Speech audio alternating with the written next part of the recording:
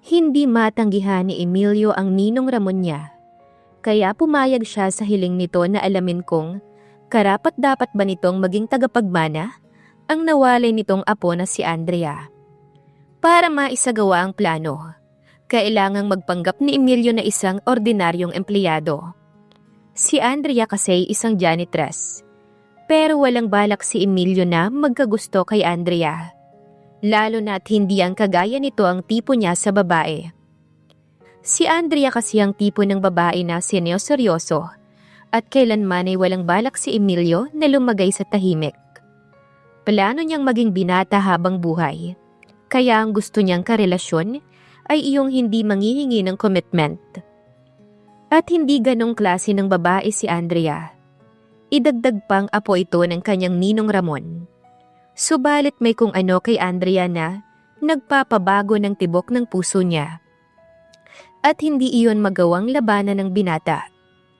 Pinakialaman niya ang babaeng hindi niya dapat mahalin man lang. At ngayon, namomroblema siya. Dahil nagpakita si Andrea dalang balitang dinadala nito sa sinapupunan ng kanyang anak. Ano kaya ang kahihinatnan kapag nalaman ito ni Don Ramon? At paano ipapaliwanag ni Emilio sa dalaga ang katotohanan ng paglapit niya rito? Magandang araw, Angels. Isa na namang series story ang nais kong ibahagi sa inyo na sana ay magbigay inspirasyon at kilig sa bawat isa. Pero bago tayo magpatuloy, kung bago ka pa lamang sa aking channel, ay paki-like po ng ating video. Paki-click din ang subscribe button, gayon din ang bell icon, para lagi kayong updated sa mga parating ko pang uploads. Kailangan ko ng pabor. Saad ni Ramon Cervantes. Isang tawag lang mula rito ay iniwan ni Emilio ang ginagawa upang puntahan ng ninong Ramon niya sa Cebu. Hindi idinitalya ng ninong niya ang dahilan ng pagpapatawag sa kanya, dahil hindi raw iyon dapat na pag-usapan lang basta sa telepono. Hindi si Emilio ang tipo ng taong sunod-sunuran sa gusto ng iba. Sa edad na 31, ay kilala siya sa mundo ng pagnenegosyo na mataktika at dominante. Dahilan upang tanghalin siyang isa sa mga pinakabatang bilyonaryo sa buong mundo. Patunay roon ng bodyguards, limousines, private jets, at properties na pag-aari niya. Ngunit ibang kaso ang 75 anyos na si Ramon Cervantes. Malaki ang utang na loob niya sa ninong niya dahil ito ang tumayong pangalawang ama sa kanya sa loob ng maraming taon na nasa Maynila siya at malayo sa kanyang pamilya. A self-made businessman, si Don Ramon Cervantes ay isang multimillionaire na nagmamay-ari ng chain of hotels na nagkalat sa iba't ibang panig ng mundo. Ngunit kung gaano katagumpay sa negosyo ang ninong niya, kabaliktaran naman iyon ang pribado nitong buhay. Nawala sa panganganak sa pangatlong anak ang pinakamamahal nitong asawa. Ang tatlong anak nito ay nagsilaking, spoiled, tamad, at maluluho na maraming beses nang naging kahihiyan ng mabait at respetadong ama ng mga to. Ang ninong Ramon din niyang nagpatibay sa paniniwala ni Emilio na ang isang lalaking may matinong kaalaman ay hindi dapat magpamilya. Naniniwala rin siyang karamihan sa mga anak ay maraming problema lang ang idudulot. Sino siya? Walang paligoy-ligoy na tanong ni Emilio. Ang tinutukoy niya ay ang babaeng nasa file na iniabot sa kanya ng ninong Ramon niya nang marating niya ang mansyon ito.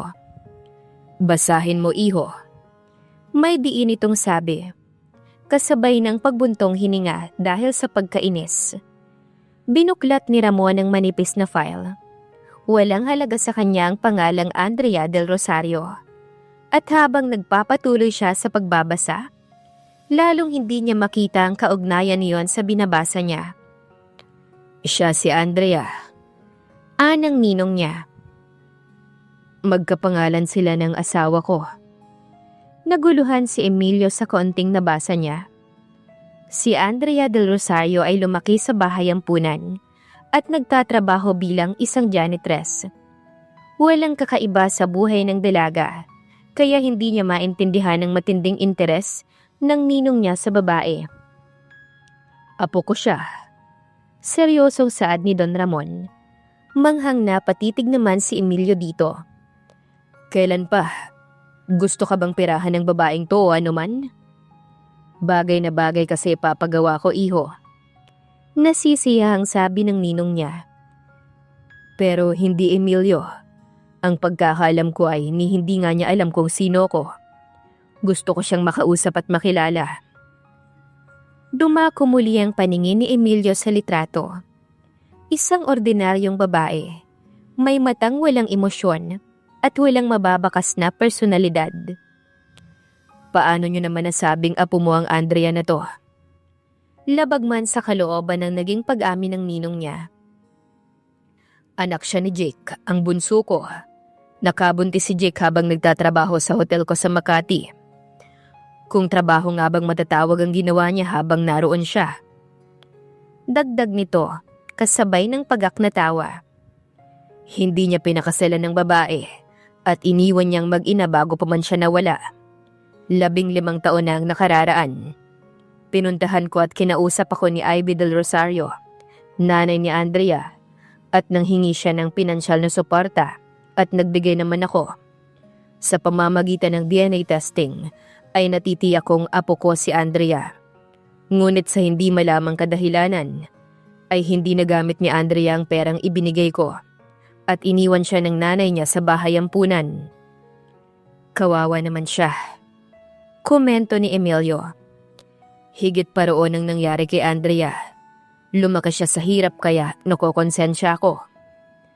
Pag-amin ng ninong niya. Apo ko siya. At maaaring siyang maging tagapagmana ko. Naalarma si Emilio sa sinabi ng ninong niya. Tagapagmana mo? Isang babaeng hindi mo pa nakikita? At paano naman ang pamilya mo? Wala akong apo sa anak kong babae na nakatatlong asawa na at may klase ng pamumuhay na hindi kayang suportahan ng mga naging asawa niya kahit pa mayayaman din ang mga to. Walang emosyong sabi ni Don Ramon. Ang natitira ko namang anak na lalaki ay maraming bisyo. Ang 2 apo ko namang lalaki ay tulad din ng kanilang mga magulang. Lahat sila iresponsable at maluluho at iniimbestigahan sa pagnanakaw sa isa sa mga hotel ko. Wala akong intensyon na pamanahan sila. Ngunit kung karapat-dapat itong apo kong babae na si Andrea, ay iiwan ko sa kanya ang malaking bahagi ng kayamanan ko. Ano ang ibig mong sabihin na karapat-dapat? Tanong ni Emilio. Kung disente siyang babae at may mabuting puso, tatanggapin ko siya sa pamamahay ko. Isa kang lalaking may dangal at may kontrol sa sarili, Emilio. Kaya ipagkakatiwala ko sa'yo ang pagkilati sa pagkatao ni Andrea. Nagsalubong ang kanyang mga kilay. Ako? Anong kinalaman ko rito? Bakit hindi ikaw ang makipagkita sa Andrea na to? Pwede siyang umarte at magkunwari para lang makuha ang loob ko. Bumuntong hininga ang ninong niya. Kitang-kita sa mukha nito ang mga taon ng kabiguan at kawalang tiwala sa sarili. Hindi ko mapagkakatiwalaan ang sarili kong pagpapasya dahil desperado akong makita si Andrea na kakaiba sa pamilya ko. Maraming beses na akong pinagsinungalingan at niloko ng mga anak ko pagdating sa pera. At iba pang bagay, Emilio. Ayokong umasa para lang maloko uli sa bandang huli. Isa pala siyang janitress. Wala kaming something in common. Kaya paano ko makikipagkilala sa kanya nang hindi siya nagdududa? Kunin mo ang serbisyo ng cleaning agency niya sa company mo. Tiwalang sagot ng ninong niya. Alam kong malaking pabor ang hinihingi ko at abala kang tao. Pero sino ang pwede kong pagkatiwalaan na gumawa nito? Ang anak ko o isa sa mga hindi mapagkakatiwalaan kong apo? Alam kong hindi sila magiging patas. Ituturing nila si Andrea na kakompetensya sa mamanahin nila. Ganon na nga, ninong. Tila nakahinga ng maluwag ang ninong niya dahil sa mabilis niyang pagkaunawa. Ituturing ko itong isang malaking utang na loob, Emilio. At kung sa tingin mo ay pera din ang habol ni Andrea at hindi siya mapagkakatiwalaan, Hindi mo na kailangang ipaalam sa akin. Gusto ko lang malaman kung pwede ko ba siyang maging tagapagmana. Seryoso pa rin na saad ni Don Ramon. Pag-iisipan ko. Labag man sa loob na tugon ni Emilio. Bilis-bilisan mo lang at hindi na ako bumabata. May dapat ba akong malaman? May igting na tanong ni Emilio. Nag-aalala siyang baka may sakit ang ninong niya at nililihim nito iyon. Naantig ang kanyang loob na gano'n na lang ang tiwala nito sa kanya, pero hindi niya gusto ang pinagagawa nito. Wala kang dapat ipag-alala, Emilio. Sa kabila niyon ay nag-aalala pa rin ang binata. Pero hindi naman niya magawang magtanong dahil sa katigasan ng ulo na makikita sa mukha ng ninong niya. Ipinagtataka niya ang kaprangkahan nito. Nilunok nito ang pride at inaming isang malaking kabiguan ng 3 anak. Alam niyang hindi nito gustong magdagdag ng bagong pasanin, pero hindi niya gusto ang paraan nito ng pagharap sa problema. Kung si Andrea nga ang apong inaasam mo, ano sa palagay mo ang mararamdaman niya kapag nalaman niyang inaanak mo ko at setup ang lahat? Maiintindihan niya kung bakit kapag nakilala niya ang mga anak at apo ko. Kumpiyansang sagot ng ninong niya. Ito lang ang paraan para mapalapit siya sa akin. Magulo ang isip na lumipad pabalik sa Maynila si Emilio. Isa siyang kilalang negosyante na laging nauuna sa mga kakompetensya niya at naliligayahang makita ang mga ito na malugi. Ano ang malalaman niya sa pagkilatis kung karapat-dapat bang maging tagapagmana ang nawawalang apo ng Ninong Ramon niya? Isa yung hamon na hindi niya gusto, lalo na't itinuturing niya ang sarili na tipo ng taong hindi people person. Istrikto siya at iilang tao lang ang pinagkakatiwalaan. Iniiwasan niya ang mga babaeng ang gusto ay commitment.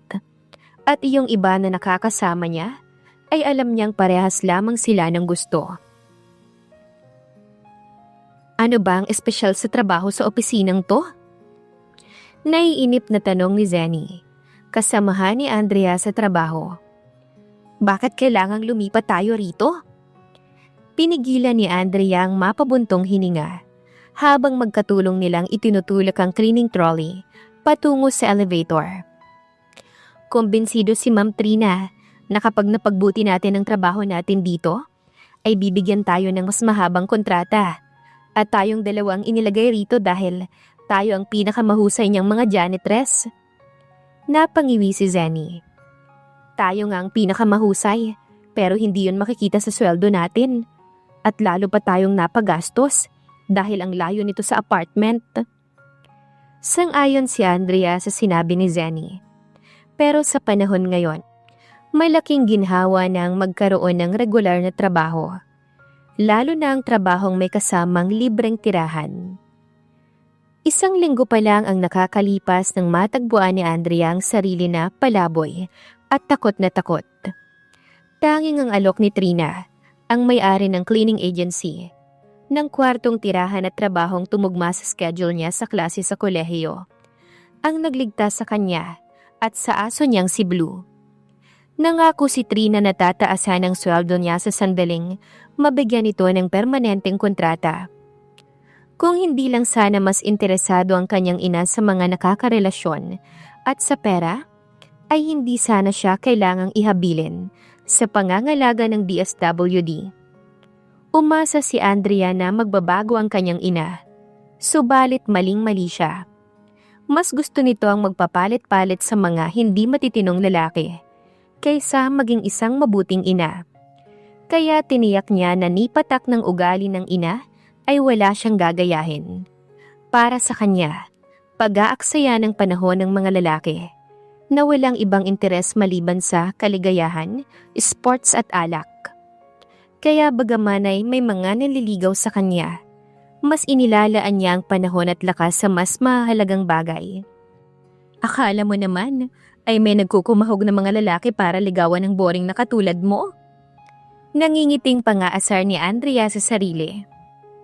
Ang height niyang halos hindi umabot ng 5 feet at ang walang kakorte-korte niyang katawan ay hindi ang tipong pagkakaguluhan ng mga lalaki. Umasa siya noon na baka late bloomer lamang siya pero sa edad niyang 23, malabo nang mangyaring magbago ang hugis ng kanyang katawan. May nakatakas na hibla sa pusod ni Andrea, kaya hinigpitan niya ang pagkakapusod ng kanyang buhok. Ngunit sa ginawa niyang yun, ay natanggal ang panali at kumawala ang mahaba at alon-alon niyang buhok. Bagaman abala lang sa kanya ang ganon kahabang buhok, hindi niya maatim na ipaputol yon. Isa kasi yon sa mga natitirang alaala niya kay Maria, ang kumupkop sa kanya. Gustong-gusto ni Maria na sinusuklay ang kanyang buhok. Bagaman 3 taon nang namayapa si Maria, hindi pa rin maiwasang malungkot ni Andrea sa pagkawala ng taong mas naging ina pa sa kanya kaysa sa taong nagluwal sa kanya. Naiinis na sinubukan ni Emilio na makatapos ng trabaho gamit ang desk ng kanyang assistant. Nakadagdag pa sa iritasyon niya na dahil hindi kanya ang mesa. Wala roon ang mga gamit na kailangan niya. Kung hindi lang dahil sa kanyang ninong Ramon, ay hindi niya maiisip na magkunwaring isang ordinaryong empleyado. Iyon lang kasi ang naisip niyang paraan para makausap si Andrea nang hindi ito magdududa. Umaasa na lamang siya na sana ay hindi nagbabasa ng business news si Andrea para hindi siya mamukaan. Napatiimbagang si Emilio nang marinig ang ingay ng vacuum. Sa wakas ay dumating na si Andrea. At nang masimula na ang larong ito, panahon na para maging si Ismael Crisanto siya. Isang opisina na lang ang hindi nalilinis ni Andrea dahil may empleyadong nag-overtime. Sumilip siya sa naturang opisina at nakita niya sa tulong ng liwanag ng desk lamp ang isang matipunong lalaki. Nag-angat ito ng tingin at nagulat siya nang bumungad sa kanya ang mga matang kulay tsokolate. Nagsimulang kumabog ang kanyang puso dahil sa tingin ng lalaki. Ang gwapo-gwapo ng lalaki, mula sa prominenteng cheekbones, sa matangos na ilong, pangahang muka, hanggang sa mapupula ng mga labi.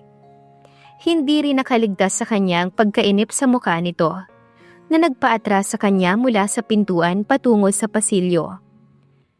Parang may alarm na tumunog sa ulo ni Andrea. Hindi ang lalaki ang uri ng taong gusto niyang abalahin. Napailing si Emilio sa pagalis ni Andrea. Siya ang hinahabol ng mga babae, hindi ang kabaliktaran. Pero hinabol niya si Andrea. Hindi ako magtatagal dito, aniya.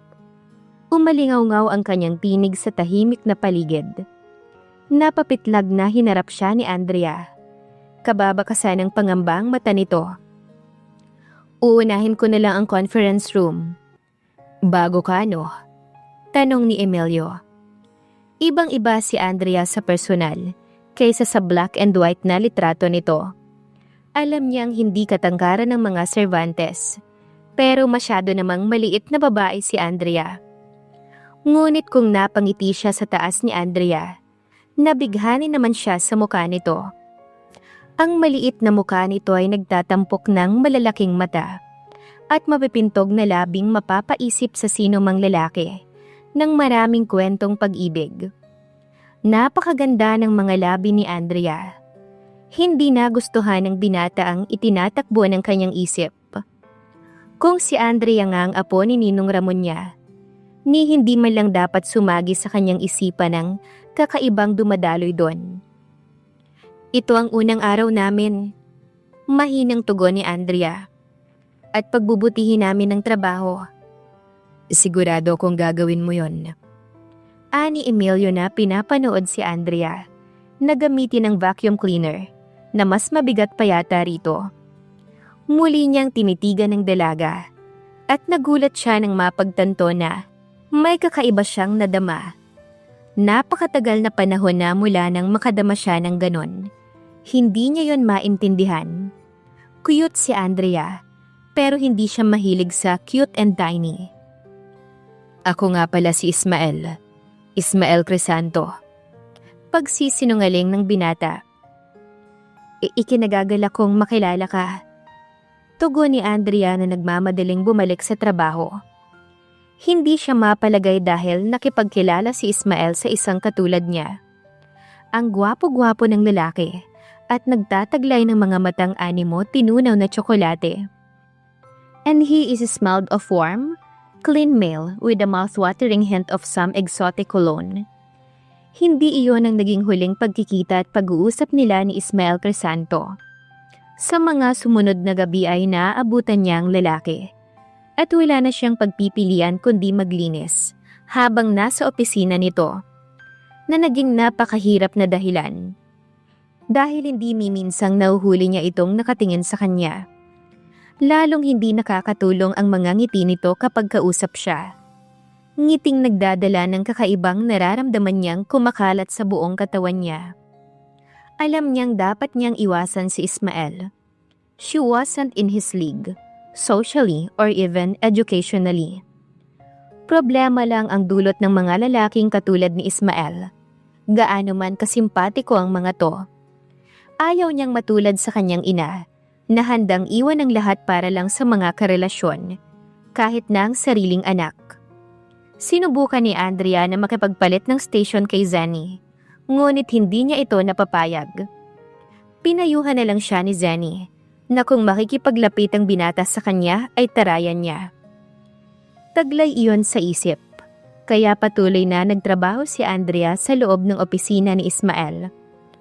Naglagay siya ng distansya sa pagitan nila, bagaman mahirap yon dahil sa umuusbong na atraksyon niya sa lalaki. Kamusta ang trabaho mo? Nagulat si Andrea kaya muntik na niyang mabitawan ng hawak na tasa. Nasalo naman niya ang mug, ngunit natapunan ng iniinom na tsaa ang kanyang uniforme. Ginulat mo ko? Naiinis na kumuha siya ng tissue upang punasan ng nabasang uniform. Sino ang mag-aakala na kahit sa staff kitchen ay susundan siya ni Ismael? I'm sorry. Mahinang paghingi ng paumanhin ng binata na nakalapit na sa kanya upang tulungan siya. Talaga bang inaabot ka ng sobrang lalim ng gabi sa trabaho? Tanong niya. Alam niyang namumula ang kanyang mga pisngi dahil sa presensya ni Ismael. Madalas workaholic ako. Tugon ni Ismael na nakatitig sa kanyang mga labi. Okay. Muling inabot ni Andrea ang mug at tinitigan si Ismael. Gusto niya ang pangahan at lalaking kontur ng mga kilay at cheekbones nito. Ibinalik niya sa wisyo ang sarili. Babalikan ko na ang trabaho ko. Sabi niya at nagmamadaling nilagpasan ang binata palabas. Paano pipigilan ni Andrea ang sarili na hindi umibig sa binata? Gayong kusa itong lumalapit sa kanya. Abangan sa susunod na kabanata. Please like, share, subscribe for more updates. Maraming salamat po.